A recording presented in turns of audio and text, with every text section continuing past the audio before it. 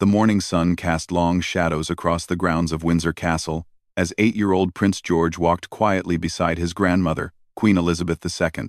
It was a crisp autumn day in 2021, and the young prince had asked specifically to accompany her on her daily walk through the castle gardens. What made this request unusual was that George had been unusually quiet for the past week. Ever since he had overheard a conversation between his parents about the increasing pressures the Queen faced during the pandemic. The castle grounds were different that morning. Usually bustling with staff and security, today felt more subdued. The Queen had requested a smaller security detail, wanting some peace during what she suspected might be one of her last comfortable walks through her beloved gardens. She had been feeling the weight of her years more heavily lately, though she would never admit it publicly. As they walked along the familiar path lined with ancient oak trees, Prince George noticed something his grandmother did not. One of the Queen's guard, a young soldier named James Morrison, was struggling to maintain his composure. James had been standing at his post since dawn, and George could see that the man was swaying slightly. The morning had been particularly cold, and the guard had been on duty for nearly 6 hours without a break. Prince George had always been observant, a trait that both impressed and sometimes worried his parents. He watched people carefully, noticing things that adults often missed. As they approached the area where James stood at attention, George could see beads of sweat on the young guard's forehead despite the cool weather. The soldier's face had gone pale, and his breathing seemed labored. The Queen continued her conversation with George about the changing colors of the leaves, pointing out her favorite spots in the garden where she had played as a child. She spoke softly about memories of her own father, King George VI, and how he used to bring her to this very spot during the war years. These were precious moments for both grandmother and grandson, times when the weight of royal duty felt lighter. But George's attention remained divided. He kept glancing back at the guard, his young mind processing what he was witnessing. He had learned about the Queen's Guard in his studies, understanding their role, and the discipline required to stand motionless for hours. He knew they were trained never to move, speak, or show any sign of discomfort while on duty. Yet something told him that this situation was different. As they drew closer to James's position, George could see that the guard's condition was worsening. The soldier's eyes seemed unfocused, and there was a slight tremor in his hands as he gripped his rifle. George had witnessed someone faint once before when visiting a charity event with his mother, and he recognized the warning signs. The Queen, lost in her memories and enjoying the peaceful morning with her great-grandson, continued walking slowly along the path. She pointed to a particular rose bush, explaining how it had been planted in honor of Prince Philip just months after his passing. Her voice carried a mixture of sadness and fondness as she shared these intimate family moments with George. George found himself in an impossible situation. He had been taught to respect protocol, to understand the importance of royal etiquette, and the sacred nature of the Queen's Guard duties. Speaking out of turn, especially to interrupt his grandmother, went against everything he had been taught about proper behavior. Yet his instincts as a caring human being were telling him that something needed to be done. The young prince slowed his pace, falling slightly behind the Queen as she continued toward the guard's position. He watched as James tried to steady himself, the soldier's training fighting against his body's distress. George could see the internal battle playing out on the man's face, the determination to fulfill his duty warring against his physical limitations. In that moment, Prince George made a decision that would surprise everyone present and demonstrate a wisdom far beyond his years. Rather than calling out or making a scene, he quietly stepped away from the Queen's side and approached the struggling guard. Without saying a word, he positioned himself directly in front of James, looking up at the much taller soldier with eyes full of concern and understanding. The Queen, noticing that George was no longer beside her, turned to see what had captured his attention. What she witnessed in that moment would stay with her for the rest of her life. Her great-grandson stood silently before the guard, his small hand gently placed against the soldier's leg, offering what comfort he could without compromising the man's position or duty. James looked down at the young prince, his training warring with his gratitude for the unexpected kindness. In his years of service, he had never experienced anything like this moment. The simple gesture of human connection from the future king was both humbling and strengthening. The Queen watched as this silent exchange continued, her heart swelling with pride at her great-grandson's intuitive compassion. She began to understand what George had noticed, seeing now the signs of distress that had escaped her attention. Rather than intervene immediately, she chose to observe, recognizing that something profound was taking place. Other members of the security detail had also noticed the unusual scene. Captain Williams, the head of security for that morning's detail, approached cautiously, unsure of how to handle this unprecedented situation. The protocol was clear about maintaining the guard's position, but the presence of Prince George complicated matters significantly. George remained motionless beside the guard, his presence serving as both support and silent communication. He seemed to understand instinctively that drawing attention to James's condition might cause embarrassment or even disciplinary action for the dedicated soldier.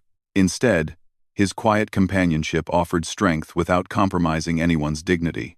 The morning air grew warmer as the sun climbed higher, and gradually, James's color began to return. The presence of the young prince seemed to ground him, giving him something to focus on beyond his physical discomfort.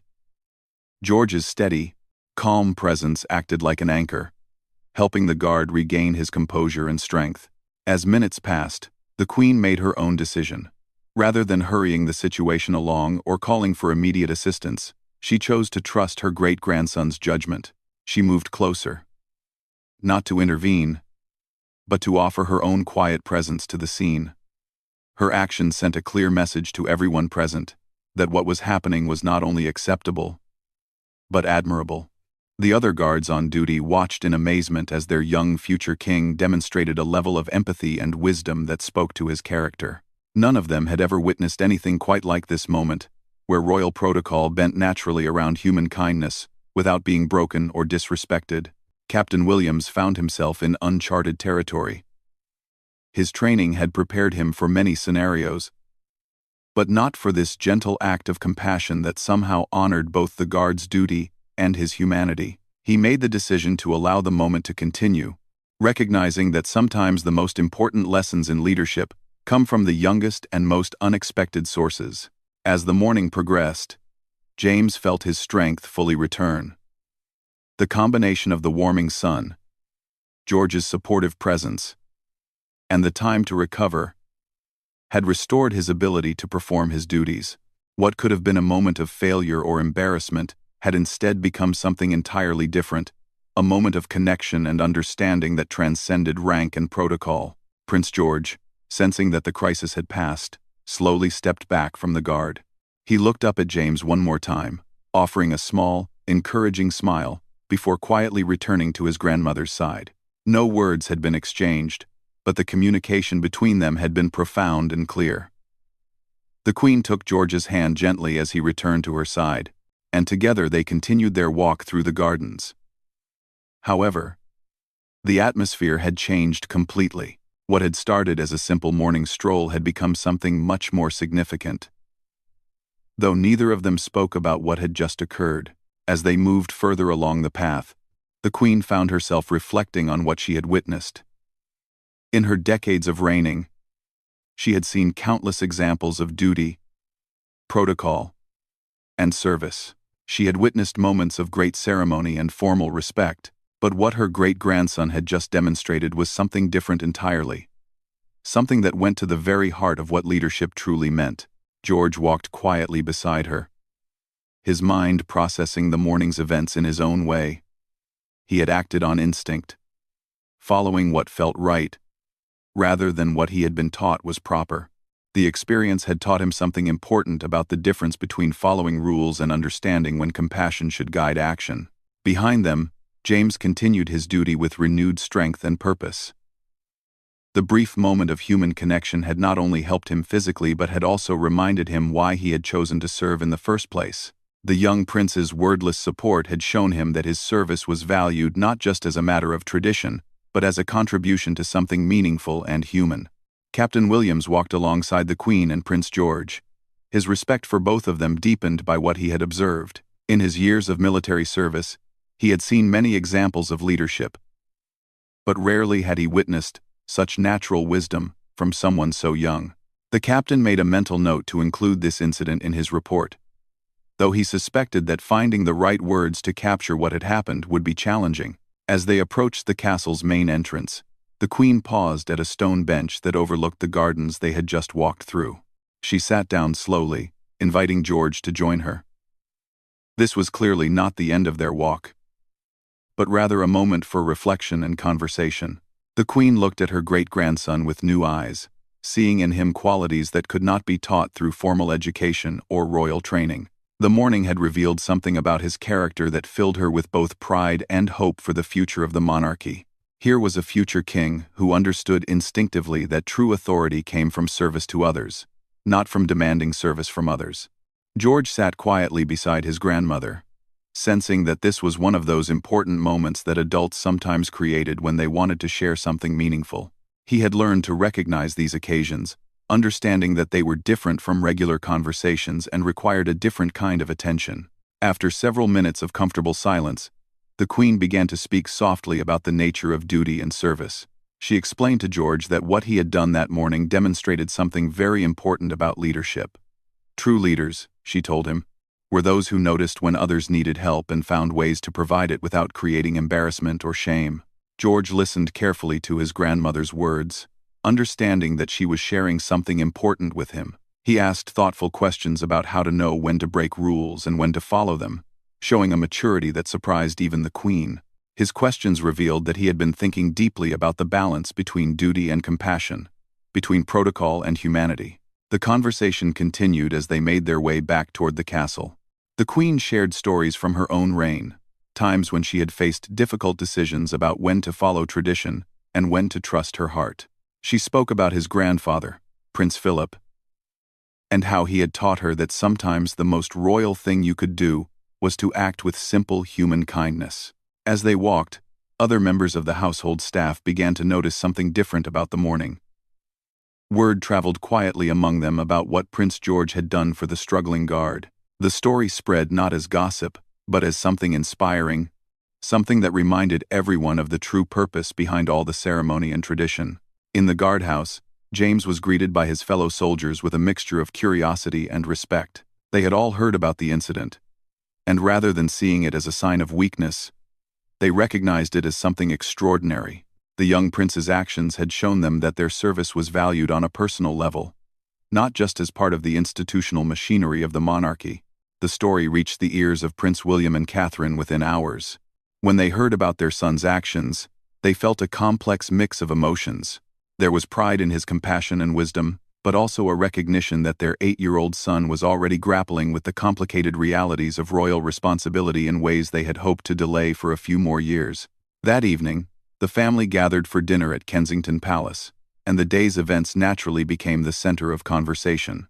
George recounted what had happened with characteristic honesty, explaining his reasoning in simple terms that revealed the depth of his thinking. He had noticed that the guard looked sick, he explained, and he thought standing next to him might help him feel better. Prince William found himself impressed by his son's explanation. There was no sense of self-importance in George's description of events, no awareness that what he had done was particularly remarkable. To George, he had simply done what seemed right in the moment, which was perhaps the most remarkable thing of all. Catherine asked George how he had known what to do, given that no one had ever taught him how to handle such a situation. George's answer was simple and profound. He had imagined how he would want someone to help him if he were feeling sick but couldn't ask for help. This basic empathy, applied in a complex royal setting, had led to his wise decision. The conversation around the dinner table that night was different from their usual family discussions.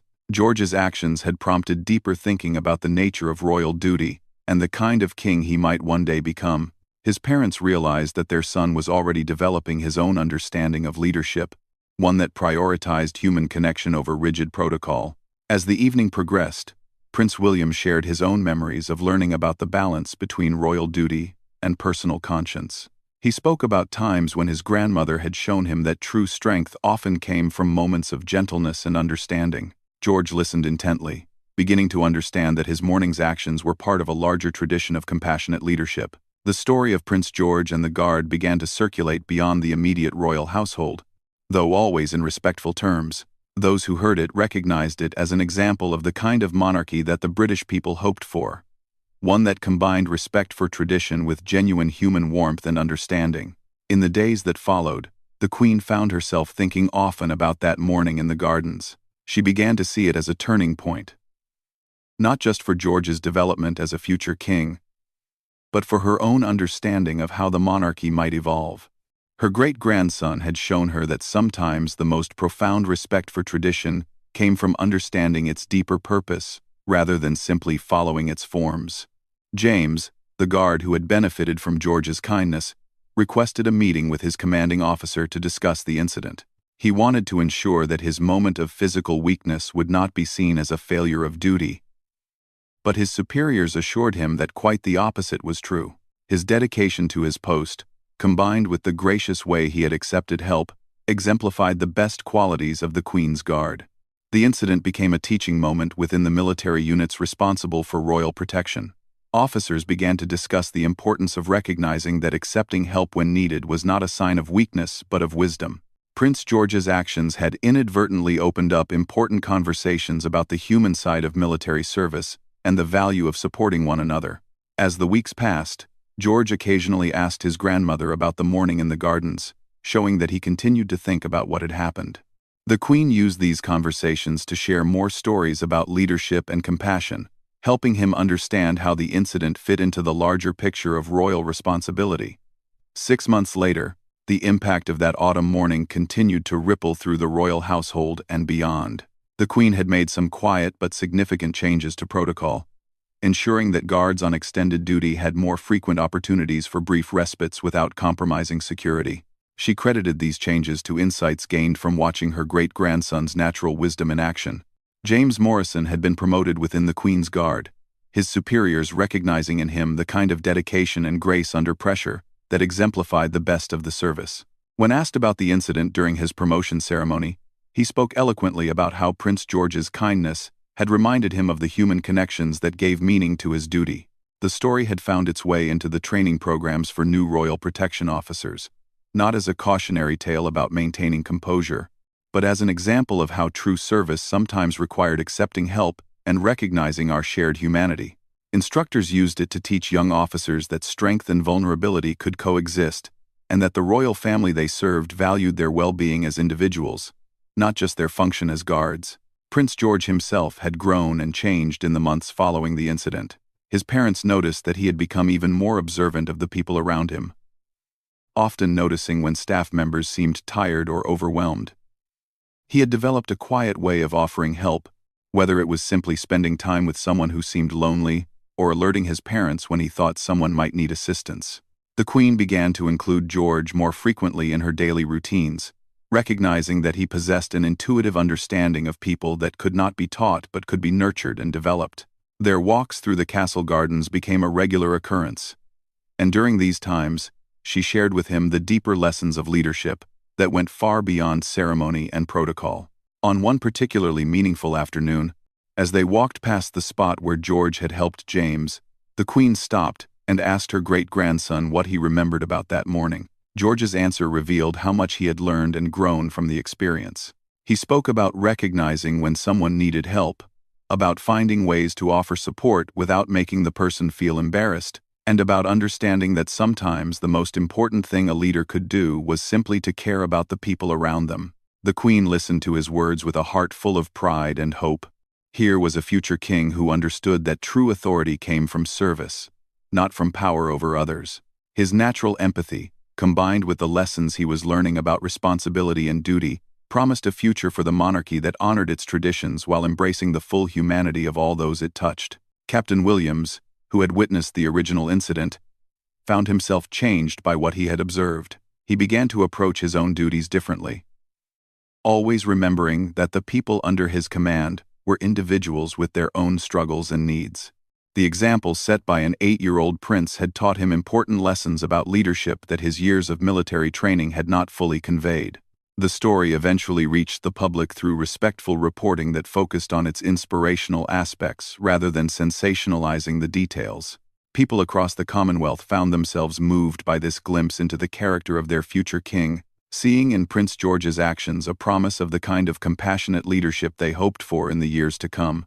Letters began arriving at Buckingham Palace from people sharing their own stories of small acts of kindness and moments when someone had helped them through difficult times. The incident had sparked a broader conversation about the importance of noticing when others are struggling and finding ways to offer support without judgment or embarrassment. Schools throughout the United Kingdom began using the story as a teaching tool, helping children understand the importance of empathy and the courage it sometimes takes to help others. Teachers found that the tale resonated particularly well with young students, who could identify with Prince George's age while being inspired by his wisdom and kindness. James Morrison received hundreds of letters from people who had heard about his experience, many from fellow service members who had faced their own moments of physical or emotional challenge while on duty. His story became a symbol of the strength that comes from accepting help gracefully and the bonds that connect all those who serve others. The incident also influenced the Queen's thinking about the future of the monarchy itself. She began to see in George's natural compassion a model for how the institution could evolve while maintaining its essential character. His ability to honor protocol while prioritizing human need suggested new possibilities for royal leadership in the modern world. As George continued to grow and learn, the morning in the gardens became a touchstone for his understanding of his future role. His parents used it as an example when teaching him about the responsibilities that would one day be his, showing him that true kingship involved caring for all his future subjects, from the highest officials to the guards who protected him. The Queen's Guard itself was transformed by the incident and its aftermath. The culture within the unit became more supportive, with senior officers actively encouraging their subordinates to look out for one another and to recognize that accepting help when needed was a sign of wisdom, not weakness. The motto, "Service through Strength," took on new meaning that included the strength to be vulnerable and the strength to care for one another. Years later, when George became a teenager, he would often reflect on that autumn morning and the lessons it had taught him. He came to understand that the moment had been as much about his own growth as it had been about helping James. By choosing compassion over protocol, he had discovered something fundamental about the kind of leader he wanted to become. The Queen lived to see many more examples of George's developing wisdom and character, each one reinforcing her confidence that the monarchy would be in good hands when the time came for him to inherit the crown. The morning in the gardens had been a preview of the king he would one day become, one who understood that true power lay in service to others, and that the greatest strength often came through the simplest acts of human kindness. The story became part of the unofficial lore of the royal family, passed down through staff members and shared during quiet moments when people wanted to remember what made their service meaningful. It served as a reminder that behind all the ceremony and tradition, the monarchy was ultimately about people caring for one another and working together towards something greater than themselves. As James Morrison later reflected, the few minutes he had spent with an 8-year-old prince had taught him more about the nature of true nobility than years of formal protocol training ever could. Prince George had shown him that real royalty lay not in demanding respect, but in extending kindness, not in maintaining distance, but in recognizing shared humanity. The incident had begun with a young guard struggling to fulfill his duty and a young prince noticing his distress. It ended with both of them, and everyone who witnessed it, understanding something profound about the connections that bind us all together and the responsibility we have to care for one another, regardless of rank or station. In the end, Prince George's actions that morning had done more than help one struggling guard. They had demonstrated the kind of leadership that inspires others to be better, the kind of compassion that strengthens rather than weakens institutions, and the kind of wisdom that honors tradition while embracing the full humanity of all those who serve it. The guard had indeed stepped down, not in defeat, but in awe of the character displayed by his future king, and in doing so had helped reveal the promise of a monarchy built on understanding, empathy, and genuine care for all its people.